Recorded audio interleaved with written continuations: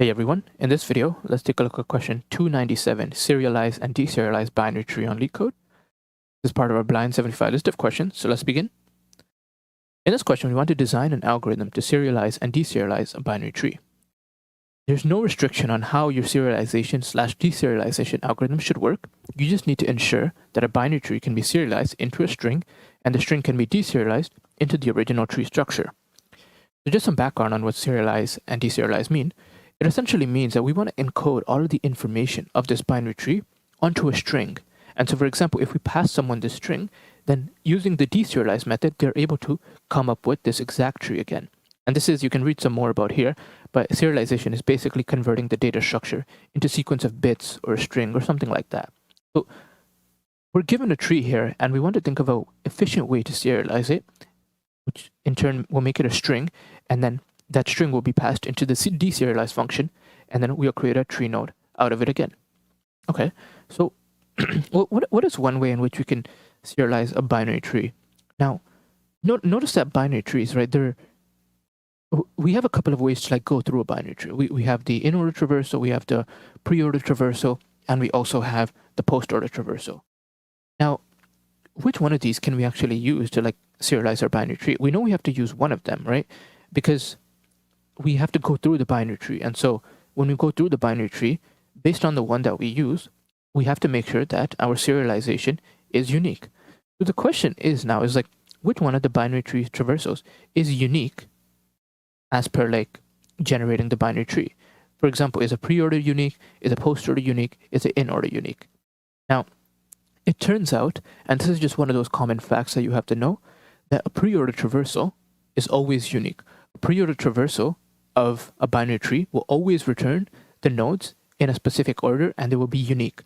It's possible that if you have a post-order traversal or maybe an in-order traversal, it can actually return you the same nodes, even though you're using two different types of traversals. However, a pre-order traversal will always return you a unique string, a unique tree. So just given that fact, given that we know that fact, and you can read more about why this is the case, but given that we know that pre-order traversal is the unique one, we can maybe go ahead and somehow encode this in terms of a pre-order traversal. Now, how might we go about doing this, right? So in terms of the pre-order traversal, what do we do? Well, in a pre-order traversal, this is kind of often how we write our algorithms, right? We visit the root, and then we visit the left child, and then we visit the right child. So in this case, let's maybe just go ahead and take a look at what pre-order might make, right? So I'm just going to maybe write a helper function here from a pre-order traversal. So I'll just call this root. And what will pre-order do? Well, maybe let's go ahead and let's add all of these elements into a array. So maybe I can just pass in my array here. I'll just call it L for my array. So in a pre-order traversal, basically, as long as root exists, what I want to do, I want to add root.val to my list, and then I want to recurse on the left-hand side, and then I want to recurse on the right-hand side. So that's what pre-order means. Pre means you access the root at the start. So now let's just go ahead and return a string. Here I'm just going to return an empty string, and here I will just return none here. The function will fail, but it's just to kind of print out what this will give us. So let's go ahead and run root here. So let's try this out on this one tree over here. And it looks like I'm missing, and I need to provide in a list, right? So I'll provide in an empty list over here. And actually I can just print the list here. So maybe I can create the list here and then just pass it in and then print it here. Okay, so let's go ahead and just see what this gives us. Missing a parameter, I'm missing the list here. Okay, now hopefully it should run. Okay, so it gives us the value 1, 2, 3, 4, 5, right? So it's the root, it's the left-hand part, there's nothing to the left of it, so we go back, and then it's the right-hand part, which is 3, and it's the left-hand part, and then it's the right-hand part. Now, in this case, let's say we were to do an in-order traversal, right? Let's say we were to do an in-order traversal, what would we get in this case? In this case, you can see we get a different value, right? 2, 1, 4, 3, 5. If we did a post-order traversal, what would we get?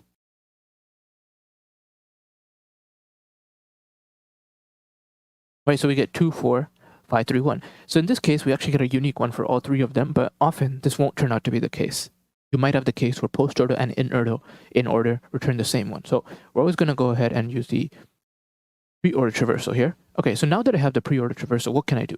Well, if you think about this one, right, like we need to encode the binary tree here. And when we encode the binary tree, what I'm doing is like I'm encoding all of this information here.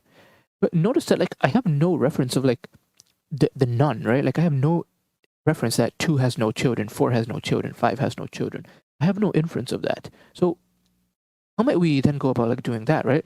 And you might actually get a hint here. Like if you take a look here, like we're given a 1, 2, 3, and then no, right? So you can kind of think of like the no applying to the 2 here. We can maybe Leetcode understands this as like 3, or actually like the 2 here, because we do 1, 2, 3, and then we're like back at the 2. Maybe this has no children. So maybe like that's like a potential scenario we might want to go ahead and use. So how might we go about doing that? Well, we need to encode the no somehow, right? So let's maybe encode the no with some sort of character that is not really like important. So here we can see that number will always be like from -100, -1000 to 1000. So maybe if root does not exist, then maybe we can just add in, we can't have root of out because this will be none. Maybe we can just add in something like a hashtag, right? Or something like this. Let's take a look here. What does this give us? So now we get something like this. We get 1, 2, and then actually here as part of the pre-order, we can see that we have no children of 2, right? And then 3, 4, and then no children of 4. That's why you have 2 hashtags. And then 5, and then no children of 5. Okay, perfect. So now it looks like we have some sort of way of serializing our binary tree. Now, if I give you this, you know that this is the in-order traversal, right? So you can go ahead and construct this again, just based off of this information here. So we'll see how to do that in the deserialize case. And there might actually be a similar question, like, okay, it's not this one, but there's a similar question in which you have to construct a binary tree based off of its pre-order traversal. So we may be able to use that. But anyways, what can we do here? So here we have like our list, right? But we want to return a string. So what can we do? Well, we can maybe just return comma.join L, right? So what happens here is basically we just join everything with a comma. So let's take a look here. Now we might actually run into an error, yeah, because when you're adding, we need to add in a string here. We need to add in string because you cannot join integers together. So that's just one thing. But now basically what we're going to have is we're going to have something like this. So it's basically the same thing we had before, but now it is in a string format. And then we can go ahead and return this. Okay, so we go ahead and return that, and we actually can just fix this up. So dot return. No, actually, no, I need this, right? Yeah, I need this as it is. Okay, so let's not touch this. So now we have, at least we're serializing the tree properly. Okay, now how do we go about like deserializing this tree, right? What can we do in this case? Well, remember what like pre-order traversal is, right? So let me take a copy of. Okay, so let's go ahead and open Paint to see if we can better understand how our traversal here is going to work, how we're actually going to construct the tree. And notice that this string over here, we created using a pre-order traversal. So here, we visit the root first, then we visit the left, we visit the right. Notice that when we are visiting the left, we will keep visiting left as long as we can, right? We will keep visiting left until we arrive at a place that has no children. That's simply how the pre-order traversal works. And so what we will do in this case is that if we have the following string here, we can just go ahead and recreate it also using a pre-order traversal. So how can we maybe go about doing that? Well, one thing we know in the pre-order traversal is that the first element has to be the root, right? So this first element that I see, it has to be a root, which means that initially we'll have something like this. We'll have a node, and then this one will be the 1. Now what do I know? When pre-order, after the root is visited, then we go ahead and we visit the left-hand side. We go ahead and we visit the left-hand side. So basically all of this can encode the left-hand side of the tree. But notice, we only keep visiting the left until we arrive at nothing, right? Until we arrive at a node in which we can no longer visit the left anymore. What does that look like? In this case, we'll visit the 1, we'll visit the 2, we'll try to visit the left here, but there's nothing. So then we'll backtrack, and then we'll visit the right. And then we'll backtrack again, and now here the left-hand side is done, and so then we'll visit the right-hand side. So it's the same thing here. Basically what we will do is we'll keep visiting the left here, and so this 2 over here actually gets added as one of the nodes. So we have a node here, which is the 2. And notice I'm constructing the binary tree in this way. And so here we actually have a connection here, just like so.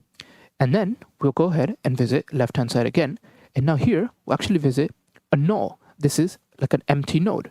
So in this case, we can understand that 2 essentially has no children. And if we arrive at a case where we have no children, then we know we're done our left call. So then we can go back and then we can go towards our right call. So what is our right call going to be? Notice how it's just like the next item. I'm just always looking at the next item in the string over here. Right? I'm just looking at the next item in the string. Our next call here will also just be an X, an empty node. Okay. So now we basically looked at all of this, and remember, we're also creating this using a recursive stack, a recursive algorithm, the inner traversal. But basically, this is what we're going through here. Okay, so now we've essentially visited left-hand side all that we could. We visited right-hand side all that we could. And so notice that this is actually all. It's originally all just the left-hand side of 1. So we're basically completely done this call for 1 for this first node here. So now we have to go ahead and do the right-hand side. So in the right-hand side, what will we do? Well, first of all, this 3 over here will get added on. So this 3 over here is a child over here. So now this 3 becomes this 3 over here. And now we have a connection between 1 and 3. And now we visited the root. And so again, now we're going to go towards the 4. We're going to go towards the left. And we notice that the left here is essentially this 4. And then there is a null that is attached to the 4. So then we have something like this. Okay, but notice that after this, we go back, and now we're going to look at the right-hand side, which is also a 4. So now we've actually processed this node here as well. And then, now we're basically done the left-hand side of 3, and so we're going to do the same thing for 5. And so then I'll just go ahead and do these really quickly. Basically, what we will have is we will have our phi over here, have a connection here. This will be 5, and then 5 will be linked to 2 nodes that are null here. And notice how here, using in-order traversal, we've serialized it, and we've also deserialized it into the same tree. Okay, so now we just have one more question to answer, is that how do I keep knowing which node I'm at in the recursive call, right? In the first recursive call, I'm at this node here. In this call here, I'm at this node here. So if you think about this one, we have a big list here, and all we're really doing is we're taking the top element, right? So maybe we can think of this in terms of a queue. And every single time, every single recursive call, we just go ahead and we pop from the queue. And so if we pop from the queue in this part, we'll get just the number 1. If we pop here, we'll get the number 2. And then notice that in this recursive call, we'll actually go ahead and we'll get this value here. So it's not like we're just increasing by 1 every time, but we'll just go ahead and keep modifying this queue. So initially, after this is processed, we'll remove it, we'll remove it, we'll remove it, etc. And then we'll keep going towards the end. Okay, so let's take a look at how we can write the code for this. Okay, so what can we do here? Well, first of all, we note that we're given the input as a string, right? This deserialize, this data here will be a string.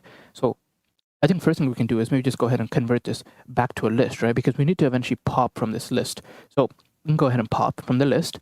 So in order for us to pop from the list, notice how we're just popping from the front, right? So this is kind of just like a queue. If you think about it, it's just like a queue data structure.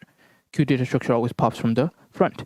So we can maybe do something like Q is equal to data.split and the comma. So here we will create our array.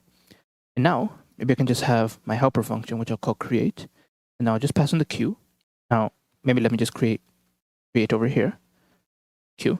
Okay, so what does create need to do? Well, first of all, we need to make sure that Q exists, right? If Q does not exist, then we can't really pop from it. So we can do something like if Q.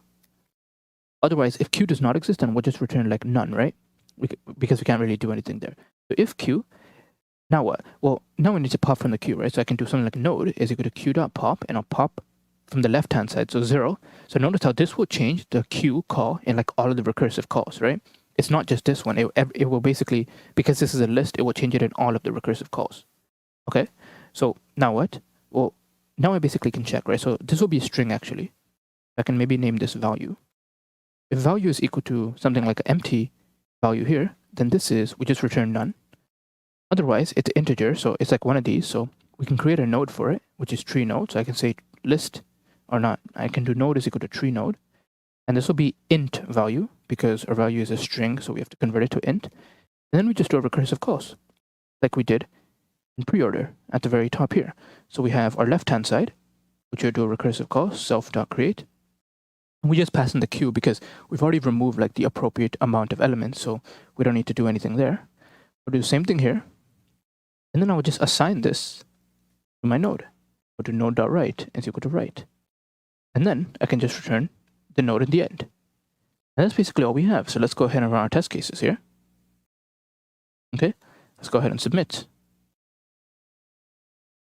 Okay, awesome. It also works. Now, one way you could actually improve this is by using like a dequeue. So I think what you could do here is you could use, I think it's like dequeue and something like this. And dequeue essentially it makes this operation much better. So I think here we do pop left instead of pop. So this might be a way to do dequeue. Let's go ahead and try submitting this. See if that kind of improves the speed. Okay, so yeah, that definitely like improved the speed, right? So that's just another way, but often that's not needed.